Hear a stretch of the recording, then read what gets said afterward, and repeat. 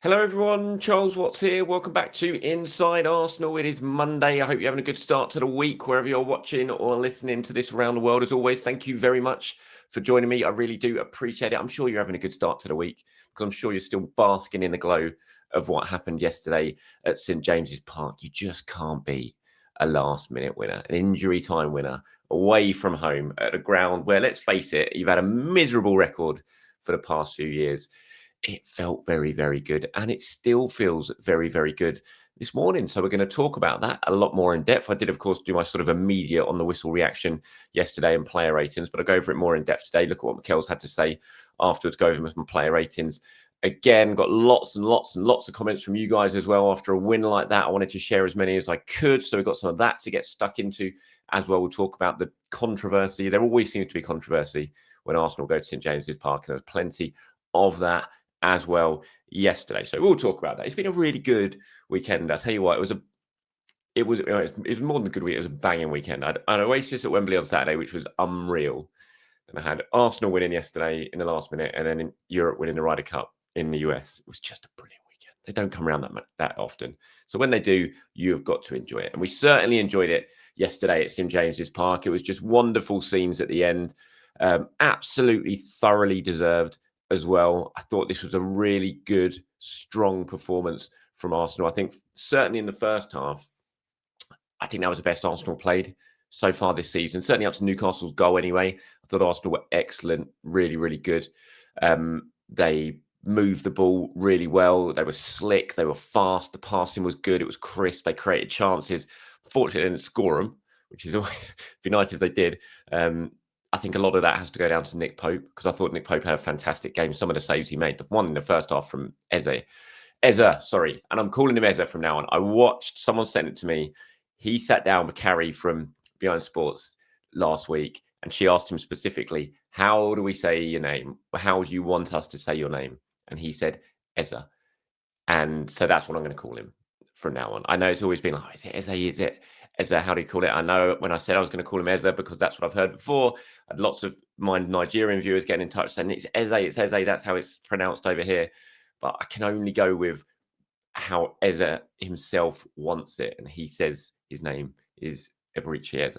So I'm going to have to go with that. Anyway, yeah, brilliant shot.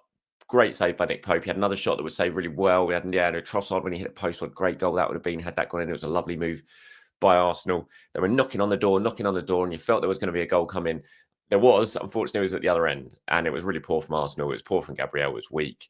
Never a foul in a million years. Just got caught the wrong side of Voltemada. I think the whole sort of, I said it yesterday, I think he went down. It was just a sort of last-ditch attempt because he knew he was out of position. He knew he wasn't getting there. He was like, well, can I try and get a foul hit? But it was never a foul. It was just it was a good header by Voltemada. And suddenly, after dominating and playing well and creating chances, Arsenal find themselves 1-0 down at a ground where they've got such a horrible history. And you just think, are they going to be able to come back from this? You know, what have they got? How are they going to respond to that setback? And it took a while to respond. It took to about 84th minute for the equaliser. I still thought they played well in the second half. I thought they were a better team. I'm going to talk about the penalty incident in a minute because I'm going to look at what Mikel Arteta had to say of it. But the way they responded to that and the disappointment of having the penalty overturned as well, and they kept going, then they went behind, but they kept going, they kept plugging away. Another brilliant save from Pope in the second half to deny Jurien Timber, who was brilliant yesterday, by the way, Jurien Timber. And at some point, you're going to think to yourself, your heads are going to drop, and you're going to, it's just not going to happen for us. Again, we're going to lose 1-0 at St James's Park again, but they kept going. That was the important thing. And then they got the rewards. Mikel made some changes. He changed his shape. He brought some subs on.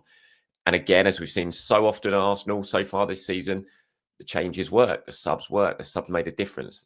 The squad is working. And Mikel Merino comes on. Brilliant header. Fantastic header. Great ball in from Declan Rice.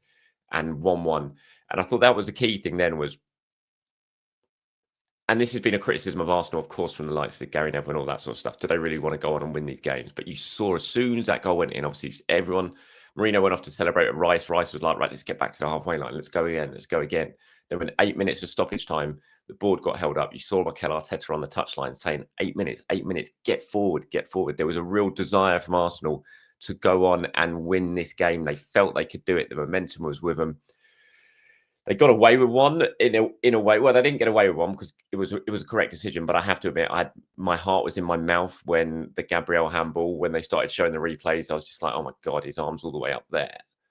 But it was a correct decision because, of course, it deflected off his leg onto his arm. So it can't be a penalty. So anyone moaning about that today, it's just they don't know the rules. That can't be a penalty because of the way it happened and the way the ball deflected off his shin.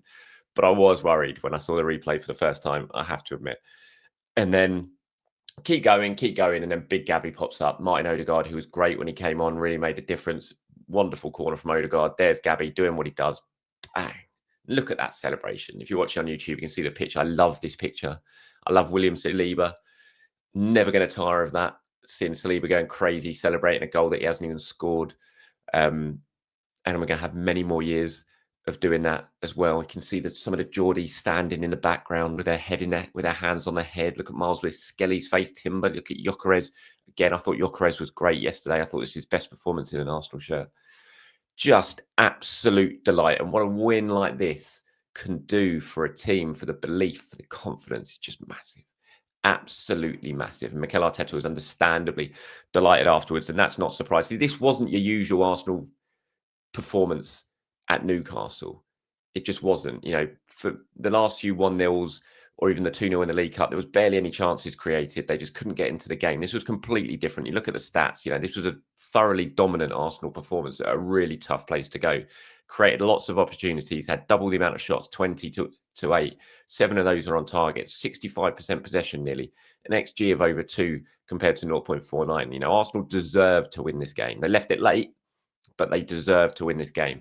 It was a really strong performance. And as I said, Mikel delighted, says it was an unbelievable feeling. That's what football is about. And a team, when you get that and you deserve it right at the end, there's just no better feeling than that on how good last-minute winners feel in terms of sort of the mental difference that can make. He said, we discussed to go to the next level. First of all, you have to learn from the past. And certainly we take some lessons from very different and sore moments from this ground. Today was an opportunity that the game brings you again in a really important week in the Premier League after tough places that we've already been this season, to show who we are, who we want to be, our ambition and the way we want to play. I think the team has done that in a remarkable way.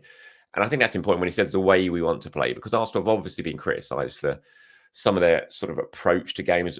A lot of it, I think, has been unfair, especially when you take into account where they've been and some of the issues they've had injuries-wise.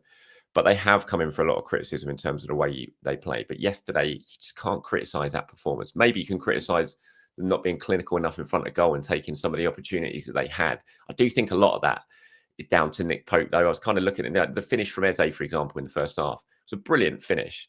Great touch, great finish right into the corner. It's just a fantastic save. I thought Timber's one was a really good finish as well. Generate the power he did in the header from that Zubimendi chipped cross. And it's just a good save. Trossard's one was different. I think Trossard's got a score in that position when he hit the post. I know sometimes it kind of hits the post and you're like, oh, that's unlucky. But I still think that's a position he's got to score from. And I'm sure he'll probably say that himself if you asked him. But it was just a really strong performance from Arsenal. And it was the way they wanted to play. And I think that was much more the way that we all want to see them play as well, because we know they can do it. They've proven it in the past, and they certainly proved it again yesterday. Okay, so before I go on to player ratings, the penalty decision.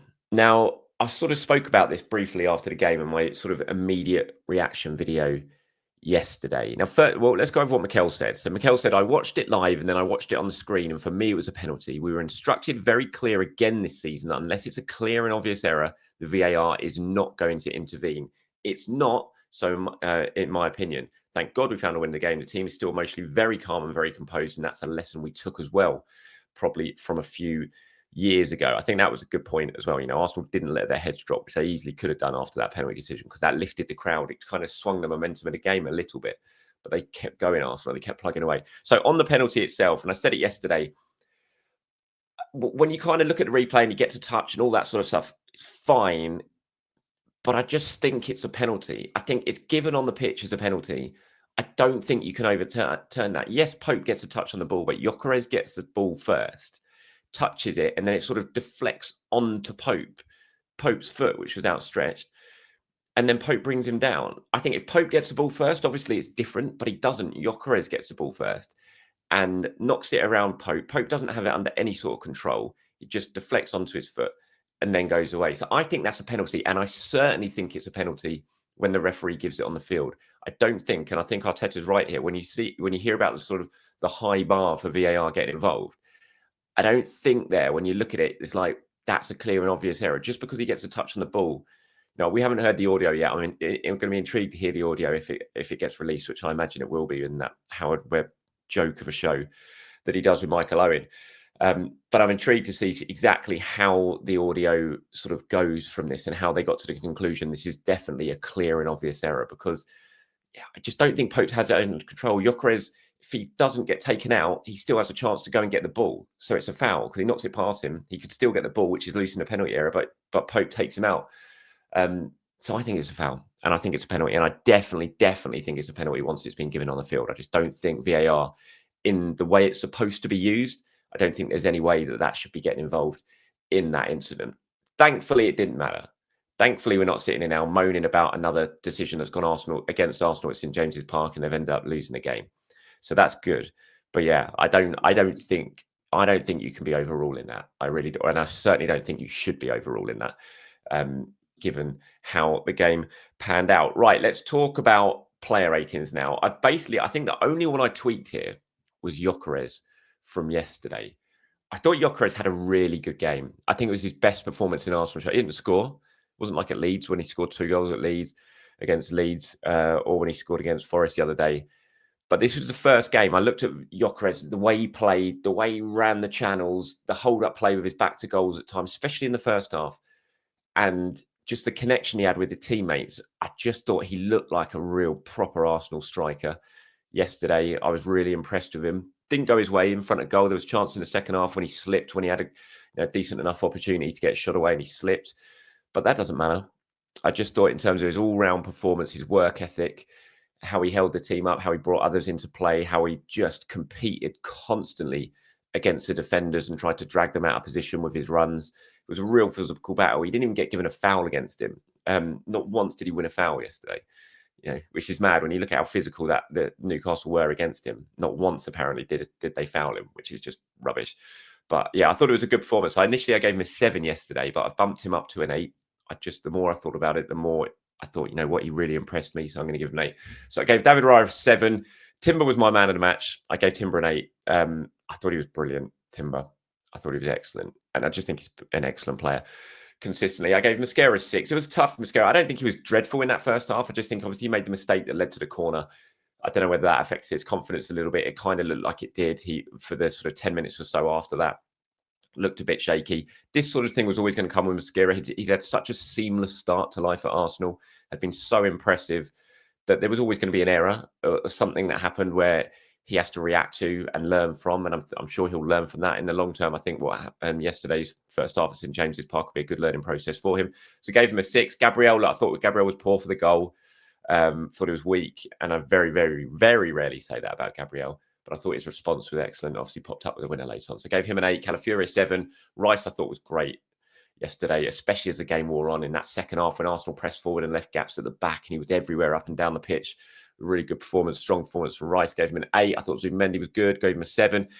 Eze, I'm not sure. Eze, I was close to giving an 8. If I gave 0.5s, I would definitely be giving him a 7.5 in this one. I really enjoyed Eze in that first half in that central role because it was much more like a 4-2-3-1 Arsenal play with Eze playing as a 10 and Rice playing deeper alongside Zubimendi. And in that first half especially, that's kind of what you want to see Eze doing in that central area for Arsenal, just unlocking, finding that space, getting shots away like he did in that first half. He was sort of linking play really, really well. I really enjoyed Eze in that first half. The second half, it tailed off a little bit, but it wasn't quite as influential. But that's understandable. Newcastle had a lead to protect at that point and sat back even more in the second half. But it was interesting, I thought, Eze, the system, the sort of shift more to a 4-2-3-1, giving him freedom to play as a sort of 10. And it was I just thought he played well. I thought he had a good game, especially in that first half. So I gave him a 7. Trossard, I gave 7. Saka, I thought looked rusty. I think he's clearly still working his way back to fitness, which is fine and understandable. Had a couple of okay moments, Saka, but it wasn't his best of games. He came off after 70 minutes, so he's clearly not anywhere near yet up to full speed. And like I said at the start, gave Gyökeres an 8. I thought it was a really excellent performance from him. Saliba, Odegaard, Martinelli, Marino, and Lewis Skelly with the subs, of course. Saliba came on very, very good in when he came on from Mascara in the second half. Great work to pin the goalkeeper for the winning goal as well. Saliba gave him a 7, Odegaard an 8, Martinelli a 7. Marino I'll give an 8 because he came on. I think I gave him a 7 yesterday. I think I'm going to give Marino 8 because he came on and scored such an important goal. So I'm bumping him up to an 8. Odegaard, like I said, I thought was a really great cameo. He was only on the pitch for like 15 minutes, 17 minutes, but it was enough to set up the winning goal. It just showed everything why Arsenal are a better team. You know, it's so much criticism that Odegaard gets. I just don't get it. When he's on the pitch, they're a better team. Absolutely showed that yesterday. And I'm really interested to see if we're going to see at some points more and more during the season, kind of like we saw yesterday, Eze on the pitch at the same time, Odegaard on the pitch at the same time, just one of the holding midfielders on the pitch and those two given freedom to just to do their thing and do what they want. You know, it's a real opportunity to change games, and especially late on when you're chasing things like we saw yesterday. So and then Mars came on right at the end. I won't give Mars a rating because he was only on for a few minutes at the end. But so those are my player ratings. Jurriën Timber, well done, Jurriën. You're my man of the match for this one. Right, let's move on quickly to some of your questions and comments. Well, not questions, it was more comments reacting to yesterday's game. There's quite a lot of these, so I want to rattle through them. When it's a win like this, so many of you get in touch, so I wanted to try and share as many as I possibly can. Nikki says, hey, Charles, love the new artwork on your wall. Thank you. Wondered what you thought of the way we ended the game with Odegaard, Eze and Rice in midfield. Something we could utilise more against low blocks. Just talking about that. Nikki, yeah, I thought it was interesting. I think it's something we're definitely going to see. I think, again, it just represents a sign of the strength of squad that Arsenal have, that they can now make these changes. They can change things from the bench. They can shift to a different formation. You know, it's really, really strong. When you think Arsenal did this all yesterday, still without Havertz, Jesus, I'm sure I'm missing other players there, but, you know, real sort of potential game changers as well. You know, it's really, really good to see. So, yeah, I thought it was good. And I enjoyed seeing Mikel do what he did in that second half tactically to try and shift things. Or a Freak says, can I say how bad the media coverage is about yesterday's game? Everyone was posting the handball of Gabriel, or even during the game that it was a talking point, but not a word about the handball of Bruno.